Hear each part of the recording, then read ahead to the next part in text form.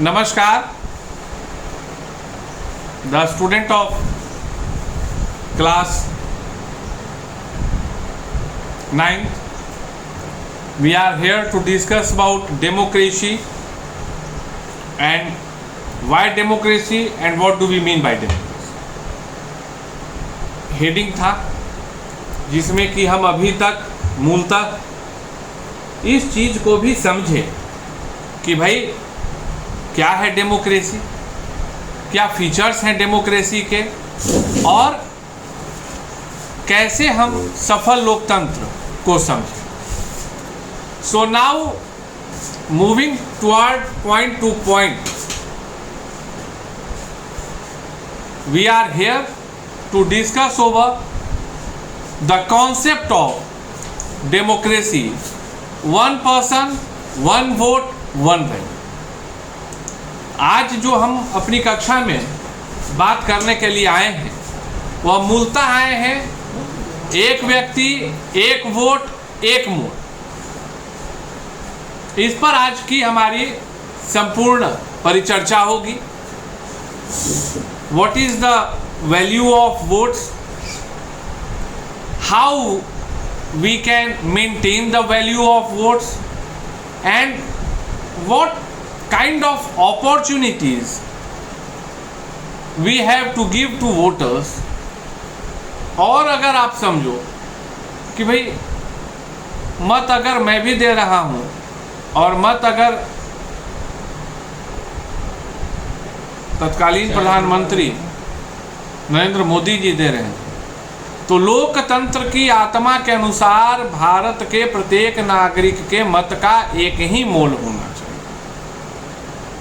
It's not true that the value of the vote of Narendra Modi or someone else is getting more weightage with respect to a vote given by the common people. And today we are here for having discussion over these concepts, in which you have to know that up to 2015 तक, according to the law made by the higher authorities of Saudi Arabia, they didn't allow their women to cast a vote. एक आदमी एक vote और एक मोल.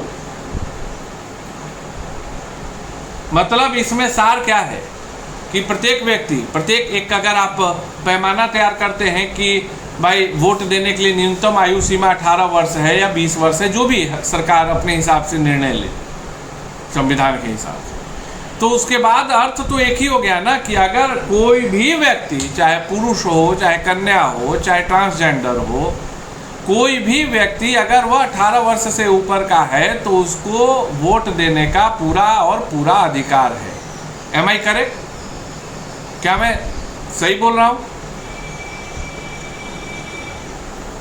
2015 तक की स्थिति थी कि सऊदी अरेबिया में महिलाओं को मताधिकार की अनुमति ही नहीं थी. It means they are not implementing the concept of one person one vote. मतलब उनके लिहाज से महिलाएं व्यक्ति नहीं थी, उनको वहाँ की शासन प्रणाली में भागीदारी की आवश्यकता नहीं थी, उनको आदेश ही नहीं था कि वो अपना सहयोग दे सकें. Just like Saudi Arabia, Estonia, according to the constitutional law of Estonia, कि whatever the citizen, whatever the people, those came from Russia.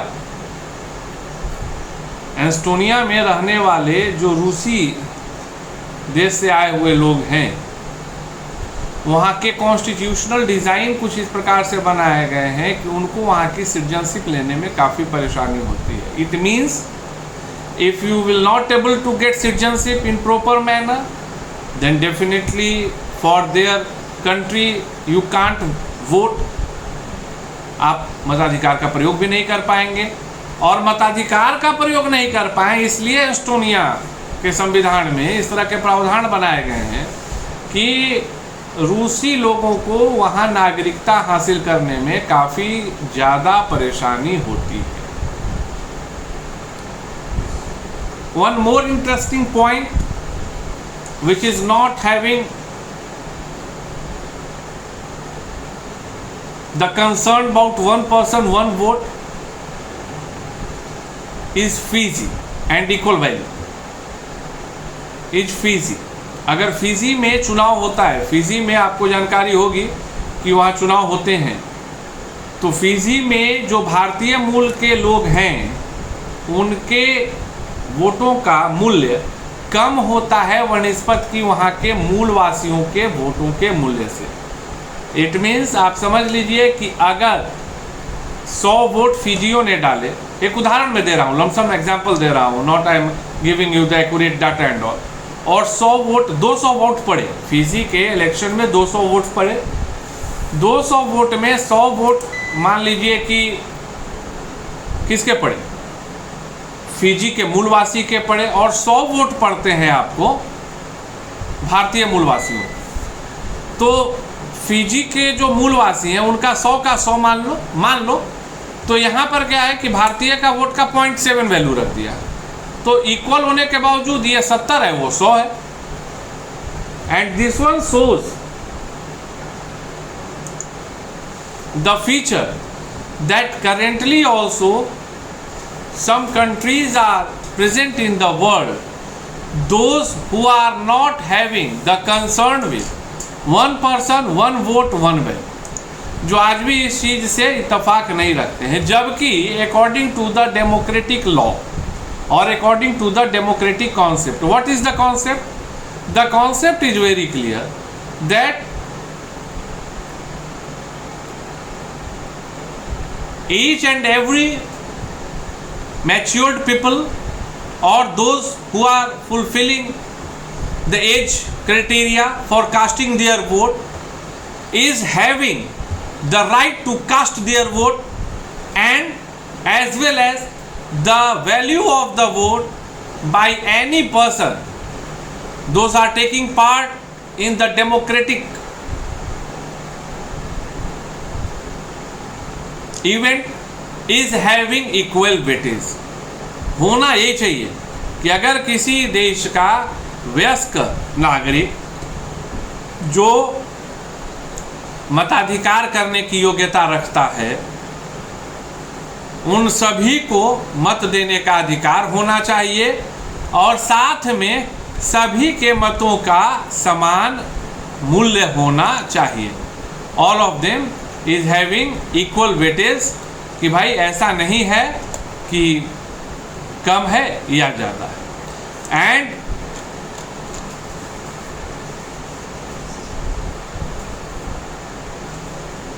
मैं जब आप पढ़ते हैं, you are the student of class 10th 9th, definitely a bright student, तो चीज़ें जो है करंट अफेयर्स से भी जुड़ के आपको समझ में आनी चाहिए। इतनी मजबूत लोकतंत्रात्मक शासन पद्धति होने के बावजूद, इतनी मजबूत लोकतंत्रात्मक शासन पद्धति होने के बावजूद कहीं कहीं भारतीय गणराज्य में इस तरह की परिस्थितियों का सामना करना पड़ रहा है, इस तरह की परिस्थितियों का सामना करना पड़ रहा है, जहां निष्पक्ष चुनाव नहीं हो पाता। लेकिन भारत की विडंबना है कि 120 करोड़ 130 करोड़ लोगों की आबादी का एक देश, जहां जब तक हम नहीं चाहेंगे तब तक सरकार अपनी नीतियों का क्रियान्वयन नहीं कर सकती। जी हाँ, मैंने 1 पर्सन 1 वोट 1 इक्वल वैल्यू के अधीन इसकी चर्चा इसलिए की क्योंकि विगत पश्चिम बंगाल विधानसभा चुनाव में लोकतंत्र का चौथा आधार स्तंभ होता है पत्रकारिता, media is the fourth pillar of the democracy. और उनके ही इवेंट को मैं देख रहा था, मैंने कंटिन्यूसली उनके इवेंट को देखा और मैंने पाया कि कई जगह बंगाल के ऐसे रहे जहां सभी लोगों को मत डालने की सहूलियतें नहीं थी। आशय स्पष्ट है, आप समझ सकते हैं। अभी भारत के भी परिप्रेक्ष्य में हम लोगों को जागने की आवश्यकता है। I am hopeful that in my today's session definitely you got some good concept, and in my next session we will discuss about the rule of law and respect for right, अर्थात कानून का राज और अधिकारों का आदर। इस विषय पर हम अगली कक्षा में पूरी परिचर्चा करें।